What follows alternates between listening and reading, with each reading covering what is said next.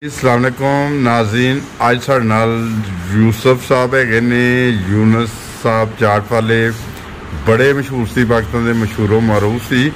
तो मैंने जितों तक याद पैंदा है कि वो जर्मनी जो आए ने, उन्होंने कोई चंद एक साल लगाए ने, फिर उसके बाद उन्होंने बाद चो नहीं सुनेगा। तो अज उन्होंने बेटे ने यूसुफ साहब, तो इन्होंने पूछने कि वाकई तुहाडे वाल साहब ने लगाए सी जर्मनी जाट। अस्सलाम वालेकुम जी। ठीक है अलहमदुल्ला। मैं हौसला वसला पाकिस्तान टीवी इंटरनेशनल की तरफों हाँ नईम साहब। हाँ जी जज़ाकल्लाह। बड़ा चैनल की माशाल्लाह सब ने लाइक किया है जी, बड़ा फेमस चैनल भी बड़ा फेमस है, आप बड़े प्यारे आदमी जी। जज़ाकल्लाह, बहुत शुक्रिया। तो सर मैं पूछना कि अपने वालिद साहब का थोड़ा तारफ करवा दो दोस्तों को, जिन्हें नहीं पता उन्होंने पता चल जाए। मगर रबवा का तो मेरे ख्याल बच्चा बच्चा जानता है। लोग ने जामिया के तमाम रबियान जेडे कि 2000 कह लो कि अपना तकरीबन 4-5 तक अच्छा जामे पढ़ते रहे हैं। उस तो पहले जिन्ने रबियान थे, अच्छा मुताबिक मेरे वालिद साहब का, क्योंकि तो जामे सामने उन्होंने दुकान होंगी सी। पहले उस तो उन्होंने रेहड़ी के उत्ते आगाज किया मंडी तो। अच्छा रक्षा चौक जी रेलवे रोड के बिल्कुल सामने उत्थे लगाते सर। फिर उस तो बाद अल्लाह उन्होंने बरकत दी नाल जो जामिया रोड के उत्ते, जामिया सामने बिल्कुल वो उन्होंने 3 दुकाना लिया। जी एक पहले कोऑपरेटिव सोसाइटी से एक,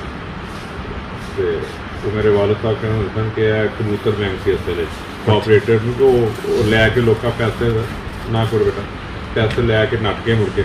अच्छा तो काफ़ी लोग बेचारे ने कुछ खुशियाँ भी की, काफ़ी मसाइल उस टाइम बने। तो पर वो जगह उन्होंने कोल सी, बड़ा अरसा उन्होंने को रही। 2007 फिर मैं उस जगह पर पिज़्ज़ा हाउस बनाया, तो जोड़ा कि मुड़के चरगा उस 2011 खत्म होया, तो मैं उस जगह से आ गया। तो मेरे वालिद साहब 2003 गए थे जर्मनी। खलीफा थॉमस का पहला जलसा से उस टाइम गालबन के मैडकाउ की वजह इंग्लैंड जलसा नहीं होया। तो मेरा ख्याल हजूर का मुश्तरका इंग्लैंड और मुश्तरका जलसा सी, काफ़ी गैदरिंग सी और काफ़ी माशाल्लाह मेरे वालिद साहब को तस्वीरें मिली। उन्होंने अपना सर्व किया, जो पुराने दोस्त हैं बड़े मिले। एक दोस्त बल्कि आए उतों जलसे तो बाद, तो मैंने पूछा, मैं क्या हाँ जी बुजुर्गों नाल मुलाकात हुई, उन्होंने कहा जी बड़ा मज़ा आया। तो मैं क्या फिर की सूरत हाल सी, उन्होंने दसिया कहते जी सूरत हाल कुछ इस तरह सी कि 2 लाइनां लगियां सन एक दूसरे वक्त के नाल, क्योंकि पहला जलसा से दूर का, तो पहली मुलाकात वास्ते लोग बेचैन सन। तो एक लाइन लगी थी मेरे वालिद साहब को कि जो क्या यूनस भाई और लैन जोग दर जोग लोग उन्होंने को भी कट्टे थे, कहने बड़ा मज़ा आया बारह। तो अबू बारल वापस उस टाइम आए, उन्होंने दसिया कहने कि वो सूरत हाल है सी कि पूरे फ्रैंकफर्ट का तो आस पास जिन्ना दही से खत्म हो गया। अच्छा दूरों जाके 2-3 गड्डियां लगियां रही ने जी कि दही कट्ठा कर रही ने भले वास्ते। अच्छा तो माशाल्लाह काफ़ी रौनक थी। 2 साल उन्होंने स्टाल लगाया माशाल्लाह। तो जिन्हें पुराने लोग गए सन सारे ने बड़ा माशाल्लाह उन्होंने बड़ा अच्छा सलूक किया, बड़ा अच्छा टाइम गुजरिया उन्होंने। मैनू भी याद है, मैं उदो जर्मनी सी। अच्छा ते अक्सर दोस्त खड़े खड़े यकदम गल करते थे, ओए चाट खाधी कितों? ਉਹ यूनस साहब ने चाट लाई है जलसे से है ना। वो मैं एक 2 साल तो मैं भी मेरे 4 साल सुनता रहा वहाँ, फिर बाद चो नहीं मैंने पता चलिया। 5 वापस आ गए सन, लेकिन अच्छा हफ्ते बाद फिर उन्होंने बात हो गई। अच्छा दूसरे साल जो ना तबीयत उन्होंनी खराब हो गई सर, वो फिर जो इतने आए ने तो आके तो समझ नहीं सकते ज़्यादा। अच्छा तो मतलब कि तबीयत उन्होंने खराब हुई, तो उन्होंने 2005 19 फरवरी में वफात हुई। अच्छा अगर कोई तुहानू कोई अंदाजा है कि उन्होंने रात सी अपना ईद अगले दिन ईद सी, अच्छा बकरा ईद सी, तो रात को वफात हुआ है। सुबह ईद की नमाज तो पहले जनाजा नमाज फजर के नाल उन्होंने आया सी दार अहमद बस्ती दे। सही सदर साहब सन उस टाइम ख्वाजा मुबारक साहब उन्होंने जनाजा पढ़ाया सी माशाल्लाह। सही काफ़ी लोग जिन्हें भी शरीक हो सकते थे हुए सन।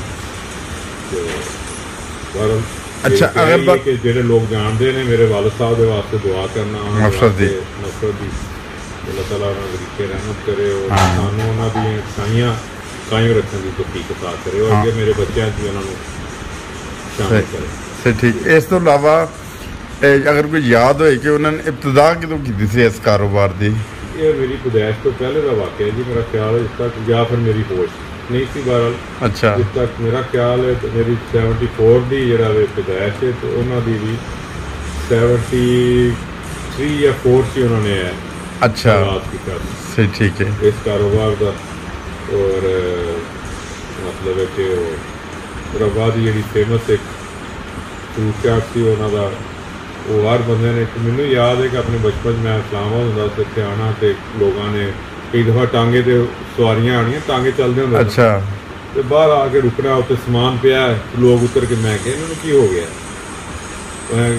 बंदे ने पूछा, मैं क्या कह रही है तो कोई टांगा रोक के, तो मतलब कहते नहीं असं रबी आने जिस टाइम पहले टांगे ते आके तो चाट खाई थी, उसके बाद घर जाइदा। सही, बहुत जबरदस्त। तो इस टाइम ही गुजरिया जी माशाअल्लाह। अल्लाह ताला ने बड़ा नवाजा। और एक उन्होंने को मलका होंदा सी कि वो हरबी लजीज इसलिए आजना से कि वो शगुफ्ता मिजाज रखते सन बहुत ज़्यादा, हर एक दिन शगुफ्तगी के नाल जिहड़ा उन्होंने पेश आना। और मैनूं इसी तरह याद है कि वो ऐसे ऐसे वाक़यात ने कई कि उन्होंने तुहानूं की दसां, लंबा हो जाएगा साड़ी वीडियो में ज़्यादा। अच्छा, मेरे दोस्त मैं तौफीक मिली नुसरत जहां अकैडमी पढ़न की इब्तदाई जिहड़े ग्रुप सी ना, तो वो भी अक्सर असीं दोस्त इकट्ठे होने उत्थे अगर कोई गल्लां बातां जो रवादी शुरू होण ना, तो उहदे विच जिक्र हो जाता है किते ना किते ना तुहाडे अबू दा भी कि उन्हां दी फ्रूट चाट दा बिल्कुल वो फेमस लोग कोई मतलब जिस तरह हुण मनान साहब आइसक्रीम वाले ने, हाँ वो भी बहुत जिक्र लाजमी हुंदा होएगा। मेरे वालिद साहब ने फ्रूट चाट, फिर अपना अली कबाब वाले होंदे, अली साहब, हाँ बिल्कुल, एक बाऊ जड़ा वे कुल्फियां वाला होंदा, बाऊ कुल्फियां वाला, बिल्कुल मतलब है कि बड़े बड़े लोगों का बड़ा टाइम गुजरिया जी जरा कि रबा नूं सर्व किया ना लोगों ने। अच्छा। और मेहनती लोग सन, सही, और आखिरी दम तक मेहनत करने वाले। जो भी लोग गुजरे सारे, अंकल मनान सन, उन्होंने भी आखिरी दिन तक माशाल्लाह वर्किंग सन। बाऊ कुल्फियां वाले का भी इस तरह सी,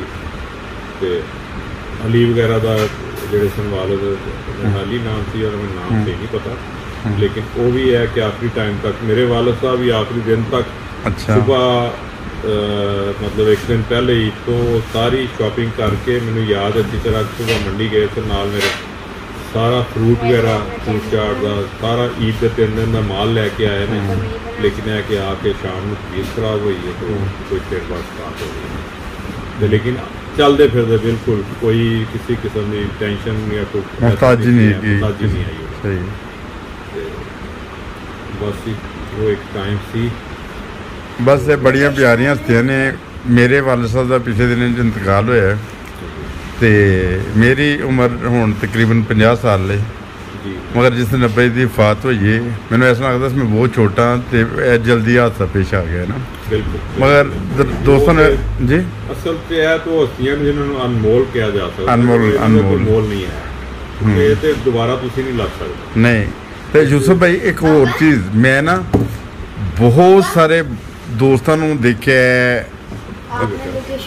अपनी जिंदगी बहुत सारे लोगों दोस्तों मैसेज सुने ने कि दुआ करना यार अल्लाह ताला मेरे वालिद साहब का खात्मा बिल खैर कर दे, वालदा दा कर दे, या किसी और दा। मगर मैनू एक हैरत होंदी है कि मैं अपनी जिंदगी कदी किसी बाप नूं यह नहीं कहते सुनिया कि मेरे 10 बच्चे ने, अल्लाह मेरे 5 बच्चों का खात्मा बिल खैर कर दे, मेरे को रोज़ी नहीं पूरी होंदी। यह कदी नहीं मैं सुनेगा। मेरे कान ऐसी दी गवाही देंदे ने, मैं कुरान ते हथ रख के कह सकना वा कि मैं अज तक किसी बाप को नहीं सुनिया कि मेरे बच्चों का खात्मा बिल खैर हो जाए। तो उस इक्का दुक्का वाक़या तो होंदे रहंदे ने, कोई जनूनी होंदे ने जो अपनी औलाद नूं कतल कर देंदे ने जनून च आके, मगर मैं किसी बाप के मुँह चों या माँ के मुँह चों नहीं सुनिया। वो सुक्की रोटी खा लेंदे ने, वो भुखे रह लेंदे ने, भुखा बर्दाश्त कर लेंदे ने, मगर अपने बच्चों के मूँह में कुछ ना कुछ पाते कि नहीं।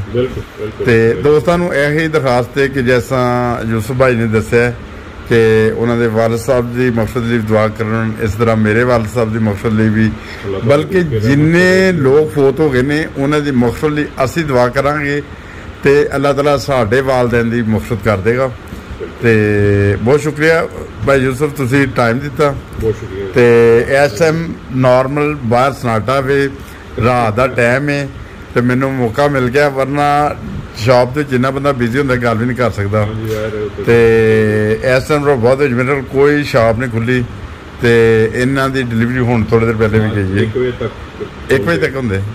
ਸਹੀ।